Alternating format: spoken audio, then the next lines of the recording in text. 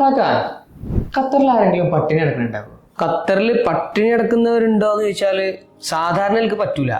കാരണം ഇപ്പോൾ നമ്മളൊരു കമ്പനി വിസക്ക് അപ്ലൈ ചെയ്യുമ്പോൾ തന്നെ കൊണ്ടുവരുന്ന എംപ്ലോയിക്ക് മിനിമം 1000 റിയാല് ശമ്പളം മന്ത്ലി ഉണ്ടാവും കാണിക്കണല്ലോ. ശരിയല്ലേ?